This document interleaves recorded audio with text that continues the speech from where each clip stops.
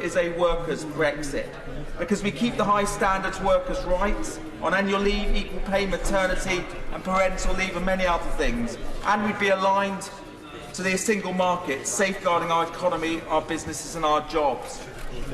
It's a no backstop Brexit, because Common Market 2.0 can be negotiated before the end of the transition period, meaning the backstop would never need to be activated. And the former president of the EFTA court, Karl Baudenbacher, stated in an interview that Norway-style deal could solve our issues around the backstop. There's also no backstop because we would mirror customs union arrangements until the frictionless border is solved.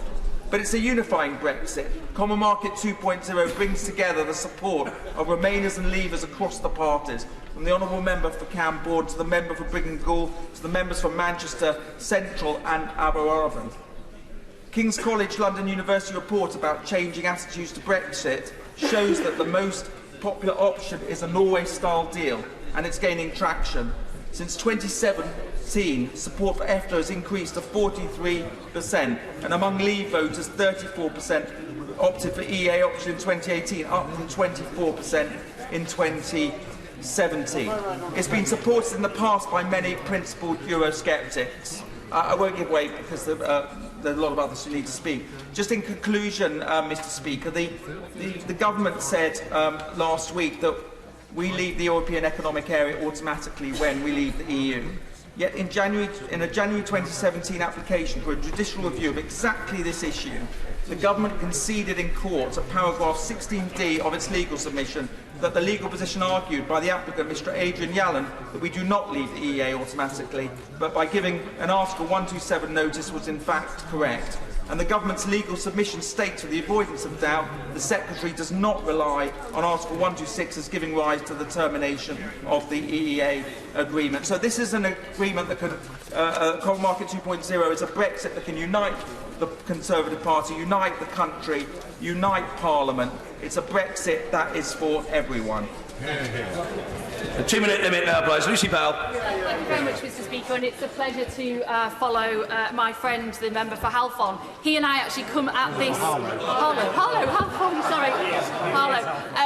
He and I come at this from very different perspectives. I represent a constituency that voted Remain, and I campaigned for Remain. But we have reached some of the same conclusions, although we come at it from a very different place. And I think that's what today is about. It is about that spirit of compromise, that spirit of trade-off, and that spirit of working out what it is that each of us can actually live with, not what we would prefer, our preferred option.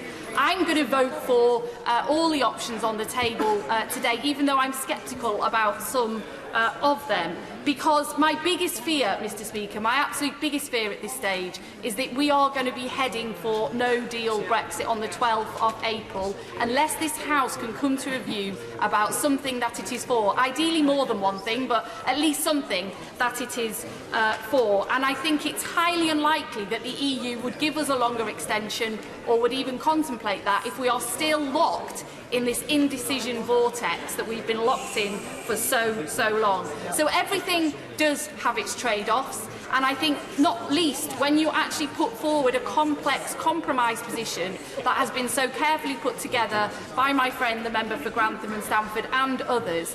It's very easy to take target at different points in that, to say I'm against that little bit, I'm against that little bit, and therefore I'm not going to vote for it. Nothing is perfect. Everything is about trade-offs. So I would just, again, as I did last week, say to colleagues that we just need to all hold our noses about a number of things we might have concerns about, because we have to break this deadlock before we crash out a week on Thursday with no deal. Mrs Anne Main. Thank you very much, Mr. Speaker. We're being urged tonight to seek compromise, and yet it's not surprising to note that I think it was only 5 members of the Labour Party who voted for the Prime Minister's withdrawal agreement. And I changed my vote for that because I could see this coming down the road at me. It's a very imperfect beast, and I've had a lot of criticisms about it.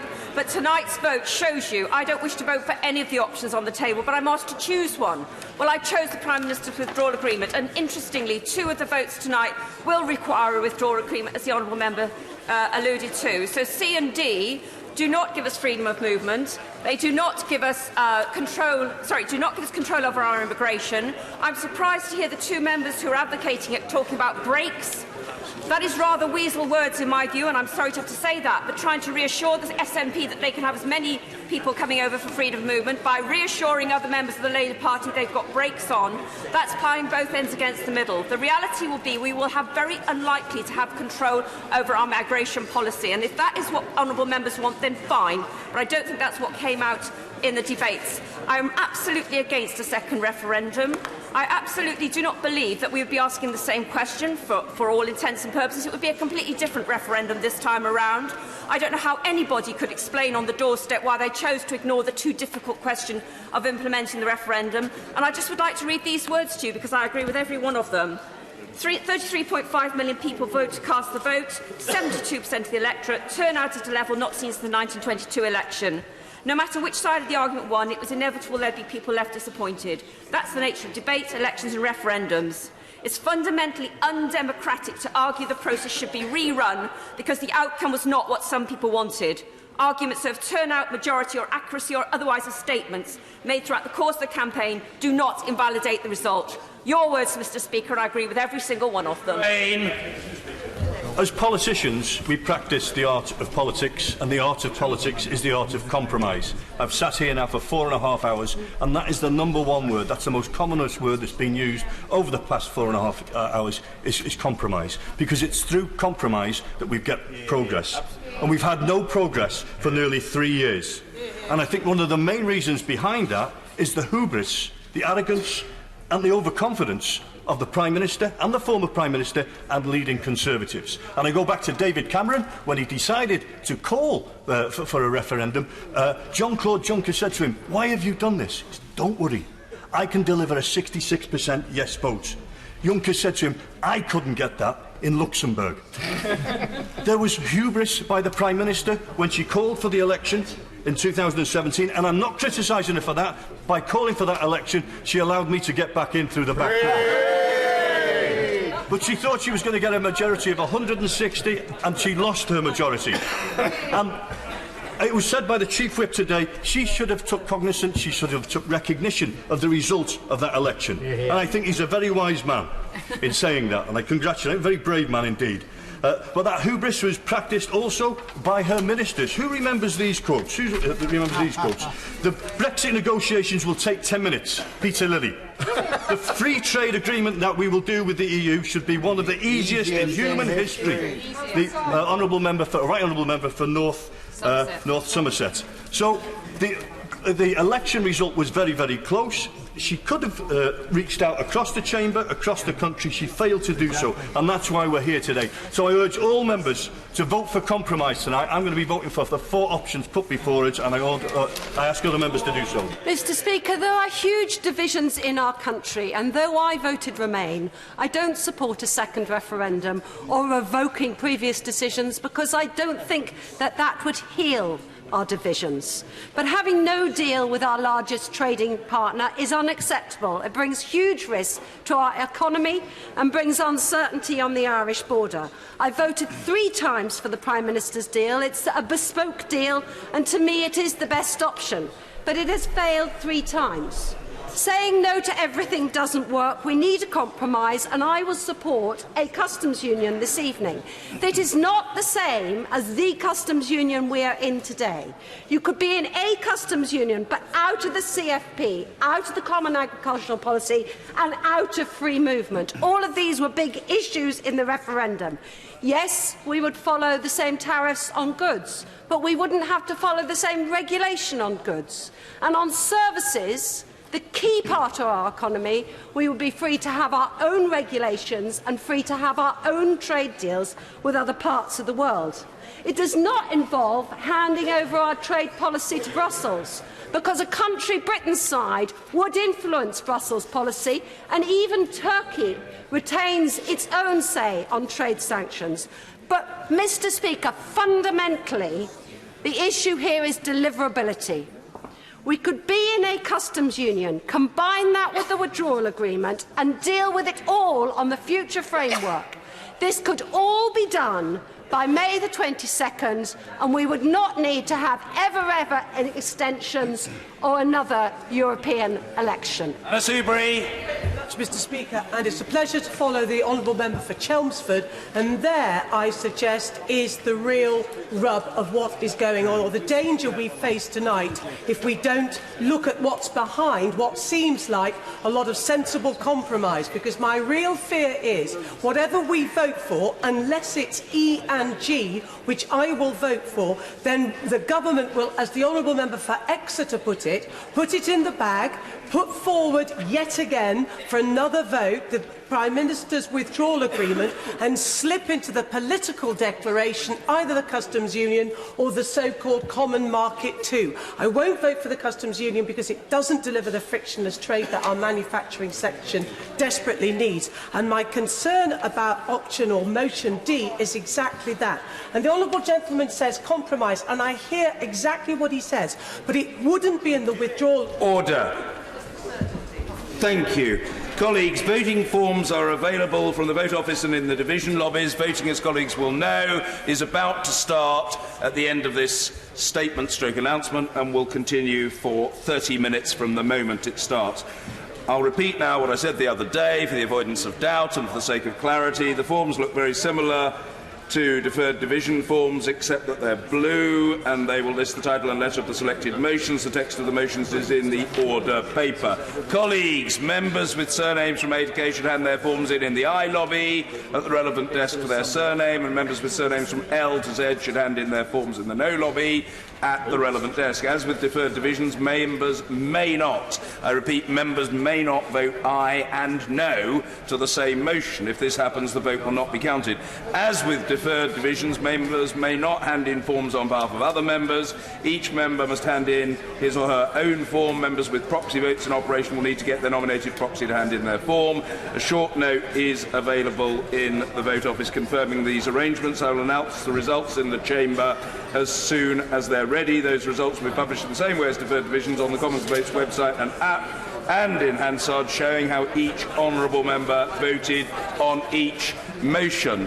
Voting is due to start now, and colleagues have 30 minutes to cast their votes. The sitting is suspended. Order. Order.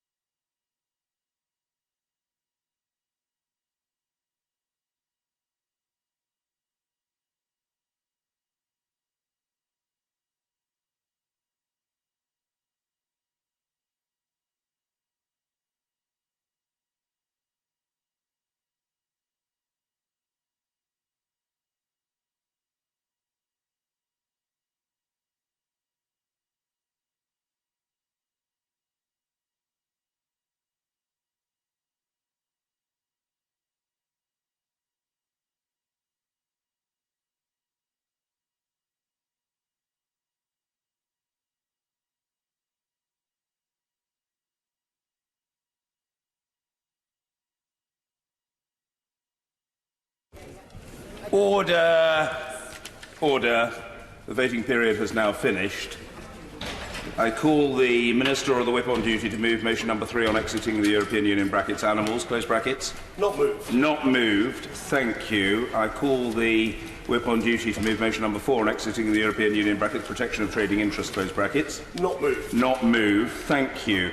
We come now to motion 5 on constitutional law. Whip to move formally. Not moved. Thank you. Motion 6 on exiting the European Union (brackets environmental protection). Close brackets. Whip to move. Not moved. Not moved. Thank you. And exiting the European Union, motion number 7 (brackets animals). Close brackets. Whip to move. Not moved. Not moved. Thank you. These now come to motion number 8. I think it is. It says here number 5, but I think it's number 8.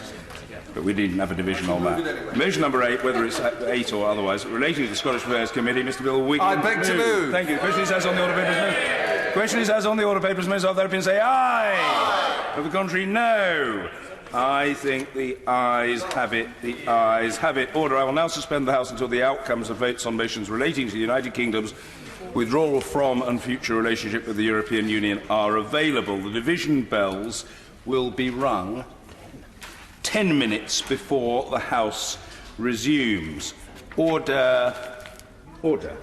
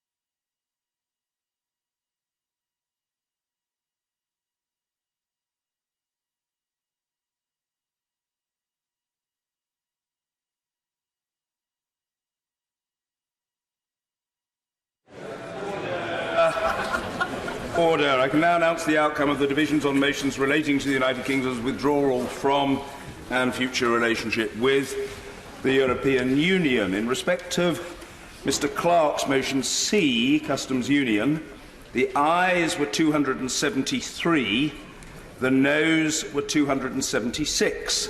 So the noes have it. In respect of Mr Nicholas Bowles's motion D, Common Market 2.0, the ayes were 261, the noes were 282. So the noes have it. In respect of Mr Peter Kyle's motion E, Confirmatory Public Vote, the ayes were 280, the noes were 292. So the noes have it. In respect of Joanna Cherry's motion G, Parliamentary Supremacy, the ayes were 191, the noes were 292. So the noes have it. The list showing how honourable members voted will be published in the usual way on the Commons Vote app and website and in Hansard. Points of order. Yes, the Secretary of State. Point of order, Secretary of State, Mr Stephen Barclay. On a point of order, Mr Speaker.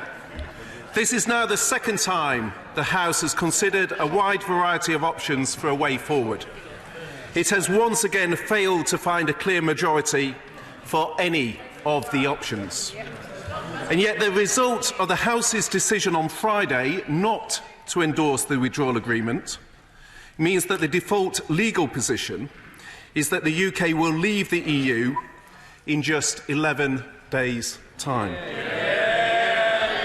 To secure any further extension, the government will have to put forward a credible proposition to the EU as to what we will do with that extra time. This House has continuously rejected leaving without a deal, just as it has rejected not leaving at all. Therefore, the only option is to find a way through which allows the UK to leave with a deal. The government continues to believe that the best course of action is to do so as soon as possible. If the House were to agree a deal this week, it may still be possible to avoid holding European parliamentary elections. Mr Speaker, Cabinet will meet in the morning to consider the results of tonight's vote and how we should proceed. Thank you, Secretary of State. Point of order, the Leader of the Opposition, Mr Jeremy Corbyn. On a point of order, it's disappointing that no solution has won a majority this evening. But I remind the House that the Prime Minister's unacceptable deal has been overwhelmingly rejected 3 times. The margin of defeat for one of the options tonight was very narrow indeed, and the Prime Minister's deal has been rejected by very large majorities on 3 occasions. If it's good enough for the Prime Minister to have 3 chances at her deal, then I suggest that possibly the House should have a chance to consider again the options that we had before us today in a debate on Wednesday, so that the House can succeed where the Prime Minister has failed in presenting a credible economic relationship with Europe for the future that prevents us crashing out with no deal. Thank you to the Leader. Yes, point of order, Mr Ian Blackford. Thank you, Mr Speaker. It would indeed be an outrage if the government sought to bring back its deal. It really is about time that the government accepted reality, that the deal that the government put forward has been defeated 3 times, with the largest defeat in parliamentary history. Mr Speaker... No.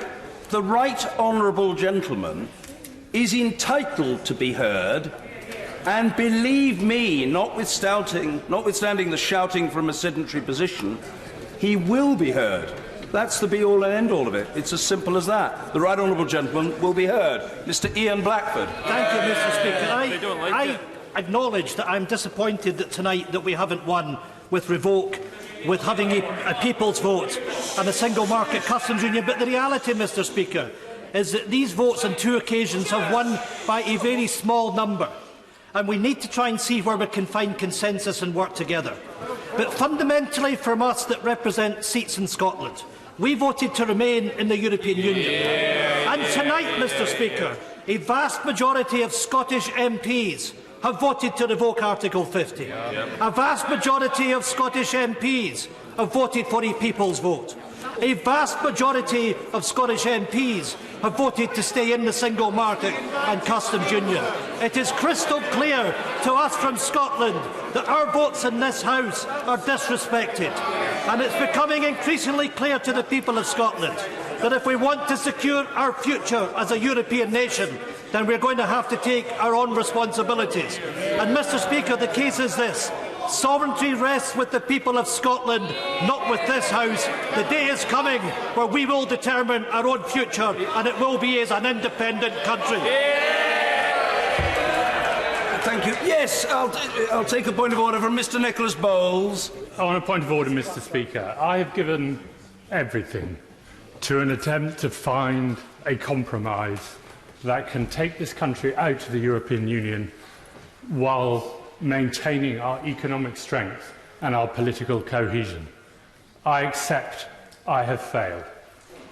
I have failed chiefly because my party refuses to compromise. I regret, therefore, to announce that I can no longer sit for this party. Oh, Nick, don't go. Come on.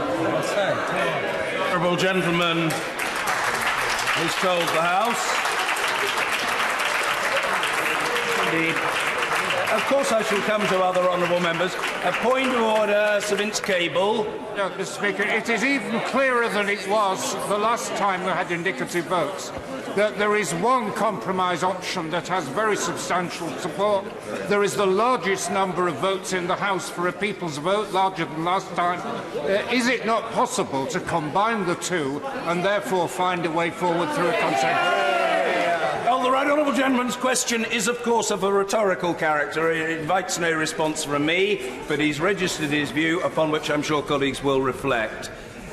Point of order, Mr Nigel Dodds. Thank you very much, Mr Speaker. And isn't it the case, just to remind the House, that the only proposition that has ever had a majority in this House is the Brady Amendment?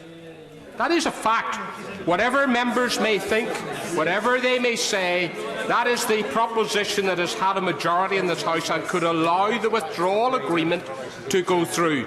And as Chancellor Merkel visits the Irish Prime Minister this Thursday, can I say that there is still an opportunity, Mr Speaker, for the Prime Minister and the Government to prosecute the issue which has bedevilled her withdrawal agreement throughout, the backstop. And that issue still needs to be addressed, and if it is addressed, then we can be in business. Point of order, Caroline Lucas. Thank you, Mr Speaker. Just looking at these figures, I'd like to reinforce the comments from the Right Honourable Member for Twickenham. I regret what the Honourable Member for Grantham and Stassen has had to do, but if you were to link to his proposal the opportunity to have a public vote, we would have a huge majority in this House. And the idea that we would avoid doing that for fear of the democratic moment of the European elections is frankly absurd. Why would we be afraid of one democratic event and for fear of that avoid a further one? That makes no sense. The Prime Minister's deal is dead. We should look at where the majorities in this House lie. They lie with a softer Brexit going against a people's vote to the country. Thank you. Point of order, the Father of the House, Mr Kenneth Clarke. Mr Speaker, with the help of the people who work with me, I've got a damn sight nearer a majority in this House than anybody else has so far, apart from the rather curious and now historic Malta-House compromise, which I fear is dead. Just 3 is quite near. We cannot go on with everybody voting against every proposition. And the difficulty is, there were people who want a people's vote who wouldn't vote for my motion because they thought they were going to get a people's vote.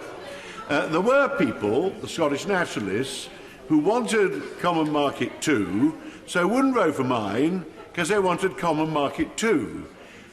all of them actually have nothing against mine. If they continue to do that, they will fail.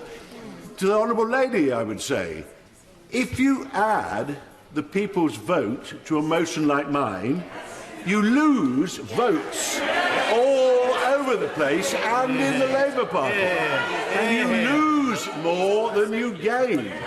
They should actually accept that they haven't got a majority yet for the people's vote and vote for something which they have no objection at all to as a fallback position.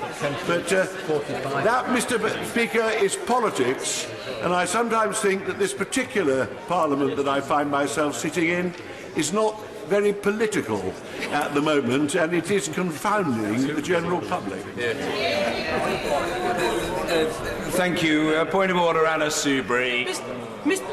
Mr. Speaker, what you don't know is that there was an effort made a week ago to put forward composite motions. And unfortunately,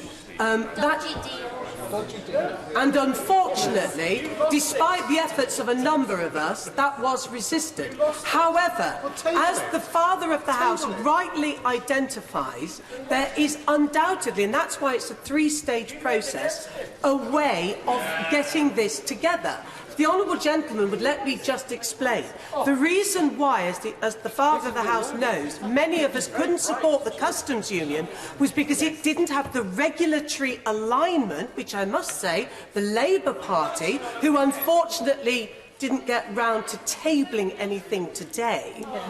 But if we put the Customs Union, regulatory alignment and a people's vote together, the Honourable Member can then vote against it.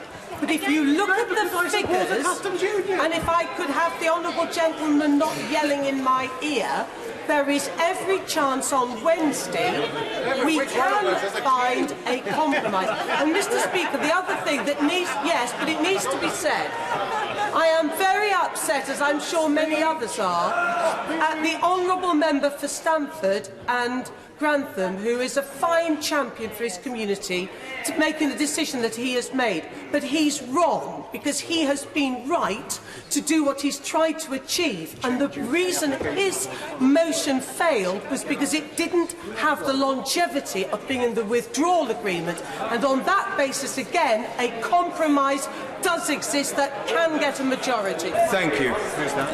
Point of order, Dr. Julian Lewis. On a point of order, Mr. Speaker, can I, within the rules of order, just point out that a clear majority of Conservative MPs, no fewer than 159, including tellers, voted a week ago that we should leave the European Union without a deal. So I find it very strange that everybody assumes that because of the House's position as a whole, that this cannot be a way forward, because if it was always going to be left to the House of Commons, dominated as it is by Remainers, to have the final say, there was never any hope for a referendum to achieve anything whatsoever. The Right Honourable Gentleman has made his own point in his own inimitable way, and he gives every indication of being well satisfied with his prodigious efforts this evening. Point of order, Mr. Hilary Benn. Thank you very much, Mr. Speaker. The consequence of tonight's votes is that the House has voted in favour of nothing, and as a result, in 11 days' time, the United Kingdom will leave the European Union without an agreement unless the Prime Minister, who's just left the chamber, acts. One of the things we have now voted 3 times to tell the Prime Minister is that we will not accept leaving the European Union without an agreement. The last time by 400 votes to 160. The Prime Minister indicated a week ago that she would respect the will of the House, and I was going to ask on a point of order, Mr. Speaker, whether the Prime Minister had given you any indication she intends to make a statement from that dispatch box to the effect that she will now be writing to the European Council to seek a further extension to Article 50. The short answer to the right honourable gentleman is that she has given me no such indication, and I have received no such indication from any other minister. Indeed, we've just had the results of the votes. I have announced them only a matter of minutes ago, and there has been no communication to me from government ministers. But if that were to change, I would, of course, notify the House, or it would become apparent to the House ere long. Point of order, Vicky Ford. Thank you, Mr. Speaker. On a point of order, it's probably worth recalling that last Friday the withdrawal agreement, as negotiated by our Prime Minister, achieved more votes than any of the options we voted on today. Requires no response, but I'm grateful to the honourable lady. Point of order, Mr. Peter Kyle. I think that now is the time for a little reflection and humility. I would have expected a little more humility from the Brexit Secretary in his statement, because when it comes to the need for a majority, we are all in this together, and that includes government too. The bottom line is, from the last 2 sessions of these indicative votes, the proposition that myself and the member for Sedgefield have offered has come top, and tonight came within 8 votes of his own proposition, the proposition put forward by government. Is now not the case. If there is not a majority for anything outright, Mr. Speaker, we have to start looking to see how minorities in this House can be brought together in order to get the blockage that is within the House of Commons sorted, so that we can move forward as our politics can move forward, the Commons can move forward, and our country can get the resolution it needs. Mr. Speaker, can you help guide us how government can start acting with humility, reaching out and working with those of us with propositions, rather than sticking to its guns? Well, the honourable gentleman, I fear he invests me with powers I don't claim to possess. It's late at night. I think we have to await, as Macmillan used to say, events and see what transpires tomorrow. And God willing, I shall be in my place, and I will always seek to facilitate the House, which it's the responsibility of the Speaker to do. But I can't say with any confidence what will happen, and in that respect I think I'm frankly not in a minority. I think most colleagues would say with confidence that they don't know what is to follow. Point of order, Sir William Cash. Thank you, Mr. Speaker. I thought in the light of the words blockage that was just used, and the suggestion that somehow or other there is something wrong with our democratic system, could I just simply say this, may I, as a point of order, just to recall the fact that Section 1 of the Withdrawal Act 2018 quite clearly states as a matter of law that the European Communities Act 1972 is repealed on exit day, and if that exit day happens to be April the 12th, so be it. That is the law of the land. That is something which we ought to hang on to, because that is the anchor of the referendum for which the British people voted. Honourable gentleman, he's represented his own position correctly, and I know that because I've heard the honourable gentleman make that point with comparable eloquence on several occasions. Whether he has entirely fairly characterised the position of the honourable gentleman, the member for Hove, I don't know, but the honourable gentleman, member for Hove, will doubtless study the official report and make his own assessment. Point of order, Mrs. Ellen Goodman. Thank you very much, Mr. Speaker. This is obviously a very disappointing evening for all of us. Unlike some of the other people who've made points of order, I'm not going to promote the merits, great though they are, of the motion put forward by the Father of the House. But I just do want to point out that the government has an opportunity tomorrow to bring something forward to resolve this. The House has another day on Wednesday, and we might consider how we best use that, perhaps by looking at some different way of addressing these problems. We've got the time booked, so although this is desperate and last minute, this is not the end. Thank you. I'm grateful to the honourable lady. Point of order, Sir Peter Bottomley. Mr. Speaker, this point of order may involve you. The most popular, the motion which had the greatest number of votes was E on the confirmatory public vote. Although that, as my honourable friend has pointed out, was fewer than the number of votes for the Prime Minister's deal on Friday, can I invite you to consider whether you would get party leaders together to see whether those two could be put as a run-off with a free vote across the House? Always reflect on points that colleagues make to me, but I'm not anticipating what might happen in days to come. The honourable gentleman has made his own point in his own way. I don't mean it in any unkind or discourteous sense, but it's a point I've heard floated in parts of the popular prints in recent days, but that doesn't invest it with a validity which it might otherwise lack. Point of order, Mr Gareth Snell. Thank you very much, Mr Speaker. I profess myself upset that the Father of the House's motion came within 3 votes, particularly given that 5 members of my own party who profess to want us off to Brexit voted against it and could have made a decisive impact on tonight's decision. However, Mr Speaker, what I would ask of you is, given, as the point my friend from Bishop Auckland has made, we are having this again on Wednesday, are you able to give us any early indications of what procedure on Wednesday will look like, when motions can start to be tabled, and whether there will be a new way of looking at this in order to see if we can come to some conclusive outcome?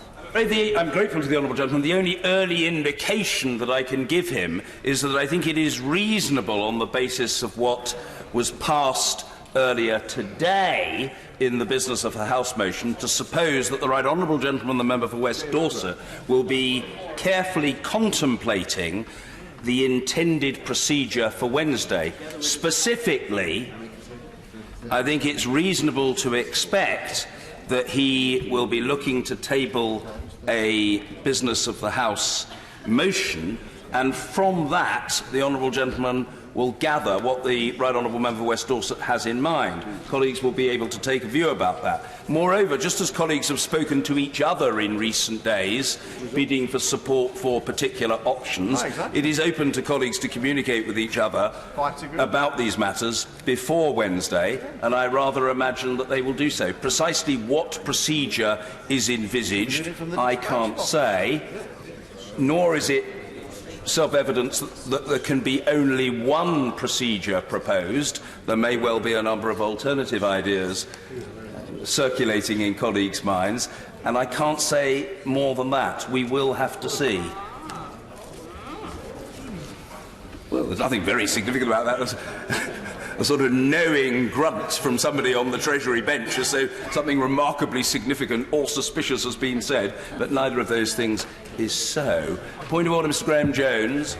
Mr Speaker, to follow on from my honourable friend's comments from Stoke Central about the influence that you may have on the business of the House motion, if any, on Wednesday, given the fact that we need now to be brutal about this. We need to look. The Prime Minister's deal was last defeated by 58. That's the worst option, so that gets taken off the table. Are we going to have an eliminatory process? Customs Common Market 2 lost by 21. The People's Vote confirmatory ballot lost by 12. The revocation by 11. And clearly top of the table was the Father of the House motion on the Customs Union. Are we going to have a brutal process, and can you influence that, where we get to one outcome on Wednesday, because it needs to happen? I would say to the honourable gentleman, I don't cavil at his point, and I don't want him to think I'm being pedantic, but I dislike the use of the word brutal. I'm not in favour of brutality. I am in favour of clarity, of decisiveness, of resolution. And insofar, well, he doesn't need to apologise, insofar as that requires some concentrated thinking, I agree with that. Look, some colleagues will be pleased with the outcome of tonight's vote. The honourable gentleman member for Shipley is noisily yelling his approval of that observation, beaming as he stands by me. Other colleagues are disappointed. We are where we are. Nothing has won tonight. In what do I take comfort? Well, Roger Federer put on a majestic masterclass in Miami last night, so I'm happy about that. And of course I'm happy that although nothing won tonight, and here in this chamber, and at the Emirates, Arsenal did win 2-0. So, I just have to content myself with that for tonight. I appreciate that Newcastle members won't be so pleased, and we shall have to see what happens tomorrow. I'm sorry that I can't add, but I feel that colleagues have ventilated their points, and it's right that they should do so, and I don't think we can advance matters further this evening. So what I suggest is that we look to getting a decent night's rest and recharge our batteries and try to do our duty with resolution but good humour tomorrow. We come now to the adjournment. The whip to move. This House do now adjourn. Thank you. The question is that this House do now adjourn.